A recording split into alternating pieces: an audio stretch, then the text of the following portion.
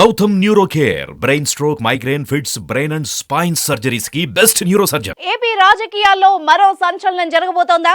కాపులంతా ఏకతాటిపైకి రానున్నారా? ఆ దిశగా ప్రయత్నాలు ముమ్మరమయ్యాయా అంటే అవునన్న సంకేతాలు వస్తున్నాయి.